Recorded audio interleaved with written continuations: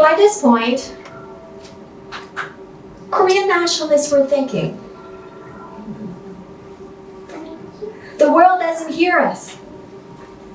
Our former emperor is dead. What are we going to do? That's it. We're going to go out to the streets, proclaim our independence, and organize a peaceful demonstration. Brilliant idea? Raise your hand if you think it's a brilliant idea. Okay, only like 5 hands. Terrible idea. Raise your hand if you think it's a terrible idea.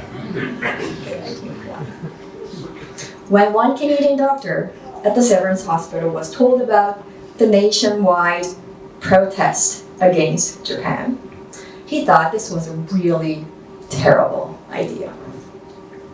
And that doctor was Dr. Frank Schofield, who already had been an outspoken critic of Japanese colonial policies in Korea. So on February 28, 1919, 100 years, yesterday, one of his students informed him of the events planned for the following day. The student then handed Schofield a copy of the Declaration of Independence, signed by 33 nationalist leaders, and asked Schofield to distribute this among the colleagues at the hospital. And even more, to deliver this to the White House. Schofield thought this was a really bad idea.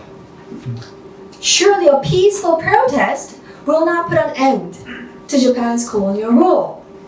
And surely the US, which at the time was Japan's ally, could not care less.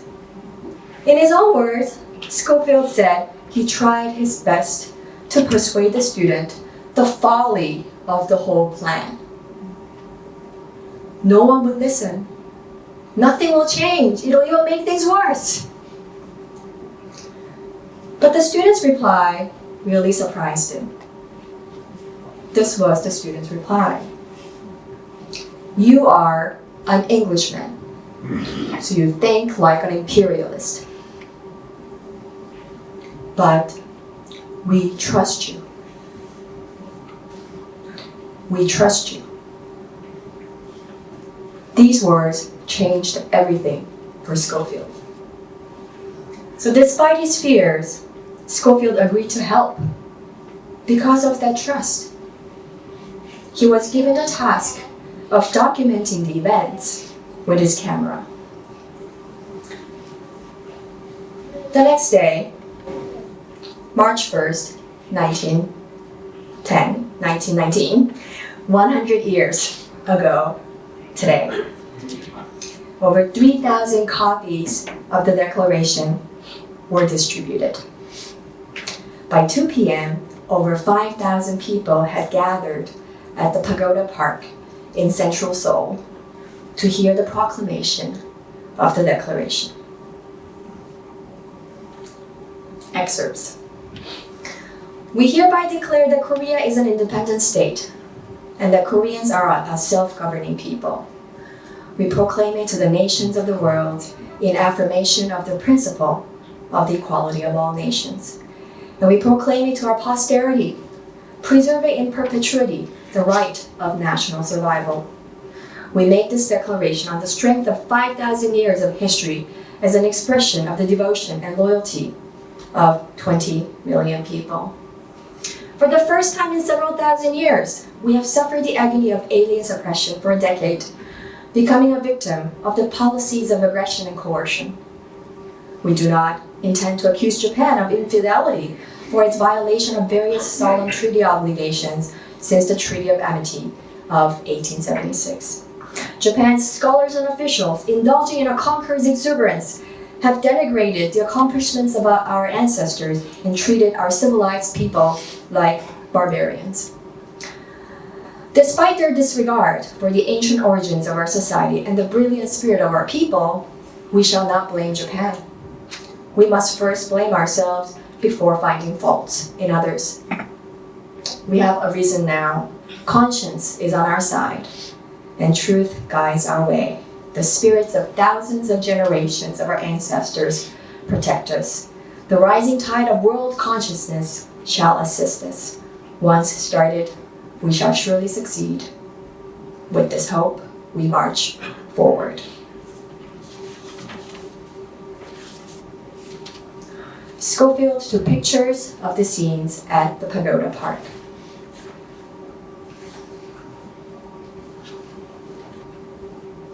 After the declaration was announced, people waved the Korean flag, right? Shouted, "Long live, hooray, Korean independence."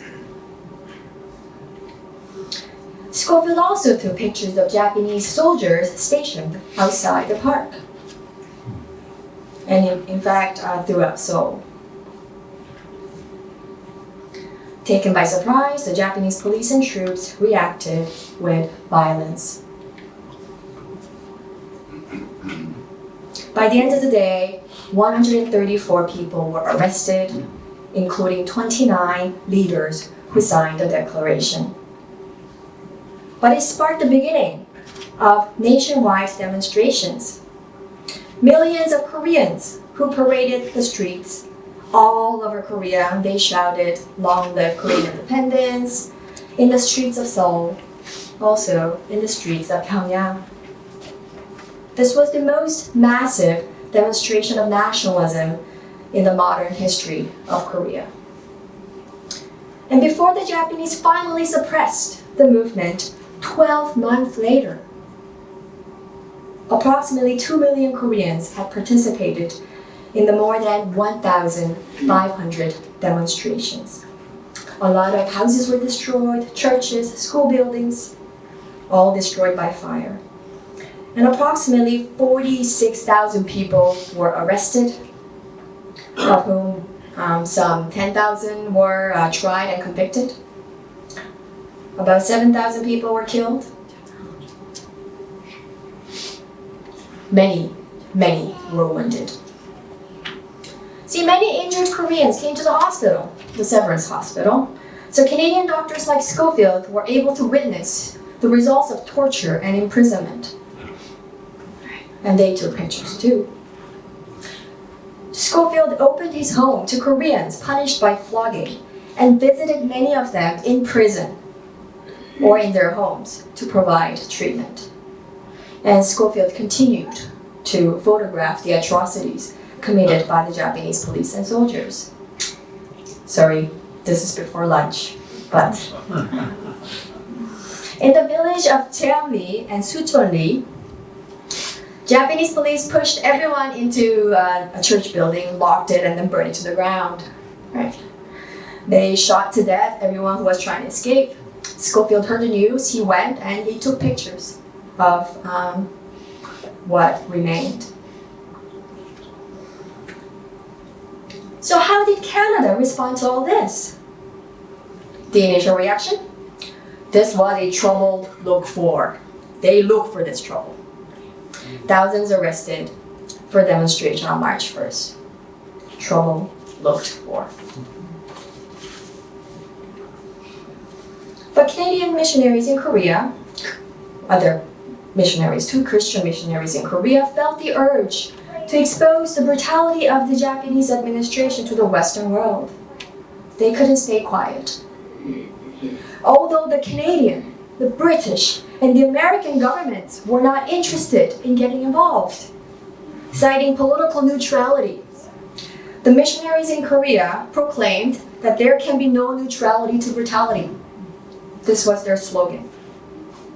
Soon, missionaries began writing about the incident. So Ottawa should be proud. Herbert T. Owen, who was an administrator from Ottawa, was one of the first ones to write the report. He was a lay member of the United Church of Canada and decided to bring his whole family to Korea, his wife and 2 children. This is the original letter by Owen, dated March 24th, when the protests were still raging in the streets of Seoul. He writes, "According to one newspaper, 6,000 Koreans are now in jails and prisons, and this is probably below the actual number. In the name of law and order, countless offenses against humanity are daily being committed. The sword is the emblem of Japanese authority. April 1919, by a Canadian Presbyterian minister named Armstrong, writing to the Globe that the atrocities in Korea are in fact real and serious. More articles. May 3rd, May 12th, Korea wants home rule, the plea of Korea for national liberty. And the document on the right, this is an actual translation of the Declaration of Independence. Of course, Governor General at the time, Hasegawa Yoshimichi, denied all these reports. Even the American ambassador in Tokyo denied the allegations, who said he cannot understand why Koreans are unhappy about Japanese rule. They told the Western reporters, don't just listen to the missionaries. They blamed the missionaries, especially Schofield, accused him of being the agitator. And they began criticizing Canadian mission. The Toronto Daily Star, before it became Toronto Star, article from December 14th, 1920, reports on the Japanese complaints about Canadian mission.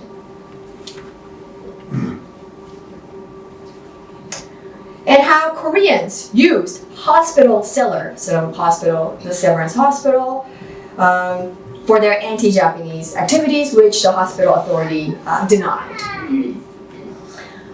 At the end, the support from the White House that Koreans hoped for did not come. The Wilsonian administration was unwilling to antagonize Japan, thinking that it is too dangerous for the US. In fact, 2 months before the March 1st movement, in January, members of the Japanese Diet visited the White House. But Schofield continued to advocate for the people in Korea. He wrote a series of articles, publishing them in the Globe. Korea groans beneath yoke of oppression. Japanese reforms in Korea. He writes, following the March 1st movement, the so-called reforms proposed by Japan. These are, in fact, not real reforms. This is a new form of repression. In this document, which is a really remarkable document, Schofield criticizes colonialism, even the British rule of India and Ireland. He writes, any forced assimilation can never succeed because it is contrary to the laws of nature. And that independence for everyone was an inherent and moral right. In this report, he even interviewed the Prime Minister of Japan, Hara Takashi, and asked him about the atrocities committed by the Japanese troops in Korea, which the Prime Minister denied. And Schofield writes that any reform that did not begin with a sincere investigation into the atrocities committed against the Korean people would ultimately fail to inspire trust in the Korean people. Eventually, because of all the troubles that he caused, Schofield was deported to Canada after Japan pressured Presbyterian Mission in Canada to call him back. The impact of the March 1st movement was profound and long-lasting. Of course, many lives were lost, but it gained worldwide publicity and criticism of the colonial government in Korea. On April 11th, 1919, Provisional Government of Korea, or Republic of Korea, was established in Shanghai. And many Korean nationalists residing in Manchuria also formed their national congress. The incident also inspired many overseas Koreans to fight for Korean independence overseas. The March 1st movement led to a major shift in Japan's policy towards Korea, allowing certain measures of appeasement, although temporarily. But the fight for independence did not stop, and it continued to grow. An Chang-ho, was a renowned educator and nationalist. And in this document, The Grand Strategy for Independence, written in 1920, he writes, "Our independence depends on the entire people." He asked the people, "Let me ask you, how many times a day do you think about our country? Every day, every hour, every minute, we must think and be ready for this. We need to have military strength to destroy Japan and regain our independence by forming Korean Independence Army. But we also need to continue peaceful warfare," he writes, "through aggressive lobbying, refusing to pay tax, by boycotting Japanese currency and goods, by growing our own economic power, by purchasing Korean goods, by organizing mass strikes and student protests, and by excelling in what we do. Like marathoner Song Gi-jung, who won the gold medal at the Berlin Olympic. Marathon, gold, the first non-Westerner to win this medal, creating a new world record. And by taking risks and making personal sacrifices, like Shin Na-kyun, who was the head of the photography department at East Asia Daily newspaper, who together with editors decided to smudge the Japanese flag on Son's chest in the photo of his award ceremony. So that was the draft, and that's the final copy. Of course, the Japanese didn't like this. Shin was arrested, and after 40 days of harsh torture, he was released on the condition never to participate in media-related work. He knew this was going to happen, but he was willing to take the sacrifice. If you're an artist, rather than producing art endorsed by the Japanese administration for the colonial art exhibit, art that sensualized Koreans as submissive feminines and representing the benefits of Japanese colonial rule, producing art that you believed in, even if that meant you would be a starving artist, like Ikwede, who in his self-portrait on the right represented himself as a defiant artist, staring straight at the viewer, holding his brush like a weapon to fight colonial representations of Korea, showing Koreans as a strong people, rising up, caring, and supporting each other. When Japan entered World War II, the colonial administration introduced harsher policies to fully assimilate Koreans to support Japan's war effort. They forced Koreans to change their names into Japanese names. And without Japanese names, children couldn't go to school or mails couldn't be delivered. They conscripted Korean men to fight for Japan overseas, and also forced thousands of young Korean women into military sex slavery to serve the Japanese troops. Through all this, Koreans did not stop dreaming about independence. As we see in this poem by Shin Hun. While he was a high school student, Shim participated in the March 1st movement. He was arrested, imprisoned for 4 months. And in his poem, Shim mentions the great 15th century bell, Jongno Bell, located in the Pagoda Park, where the March 1st demonstrations started. He imagines it clanging loudly on the day that Korea regains its independence. When that day comes, Mount Samgak will rise and dance. The waters of Han will rise up. If that day comes before I perish, I'll soar like a crow at night and pound the Jongno bell with my head. The bones of my skull will scatter, but I shall die in joy without regret. When that day comes, when that day has come at last, oh that day, I will roll and leap and shout on the boulevard, and if joy still stifles within my breast, I'll take a knife and skin my body and make a large drum and march with it in the vanguard. Oh, procession, let me once hear that thundering shout, even if I fall headlong. My eyes can close then.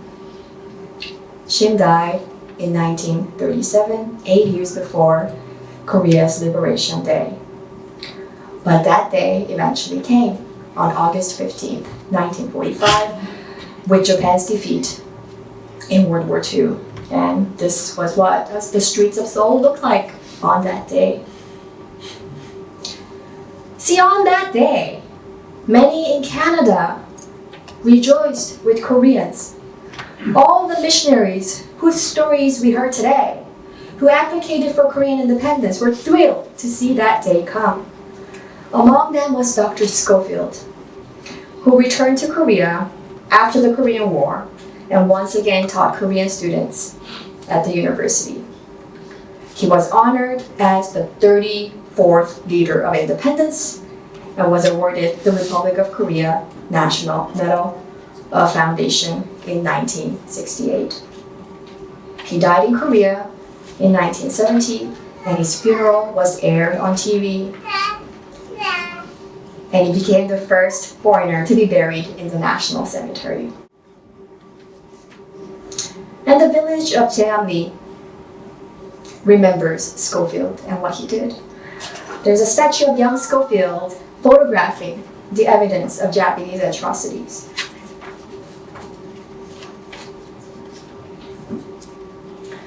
When all the Canadian missionaries returned to Canada, many of them and their families brought back from Korea their belongings, and then they later donated them to the Royal Ontario Museum.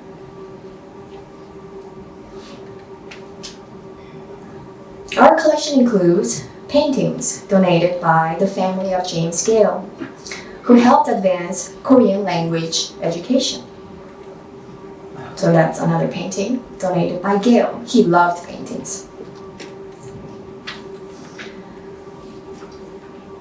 There's also a lacquered mirror box donated by the daughter of Ottawa Administrator Herbert Owen, who wrote the report on the March 1st movement. The report we read. Our collection also includes this Korean flag, which you saw in the opening slide. It was donated by Dr. Norman Found, who worked at the Severance Hospital between 1921 and 1935. Dr. Found, when he was not working at the hospital, he also led medical tour around Korea to bring Medicare to Koreans who couldn't come to Seoul, right? Because ordinary people cannot possibly come to Seoul to receive Medicare. He in particular focused on infant welfare, so set up milk stations. So that's one of the picture of the milk station that he set up. The milk stations are across the country, which greatly reduced infant mortality. When Dr. Norman Found was leaving Korea in 1935, his Korean friends got together and gave him a farewell party. At the end of the party, they presented him with a very special gift. This flag, as a farewell gift to the Canadian doctor. This flag was used during the March 1st demonstration in 1919, they told him. We know it was illegal to possess or display this flag in public. But whoever hid this flag for years thought that this was the best farewell gift they could give to Dr. Found, who was returning to Canada. Why? Why? I believe it was because they trusted him. Just as the organizers of the March 1st demonstration, just as they trusted Dr. Schofield, They trusted that Dr. Found shared that spirit of independence and believed and hoped that he would continue to be an advocate for Korean independence back in his homeland, Canada. As a proud Korean Canadian, on this very special day to commemorate the 100th anniversary of March 1st Independence Movement, I am moved and humbled by the friendship of trust that Koreans and Canadians built and cherished 100 years ago. Today indeed is a very special day.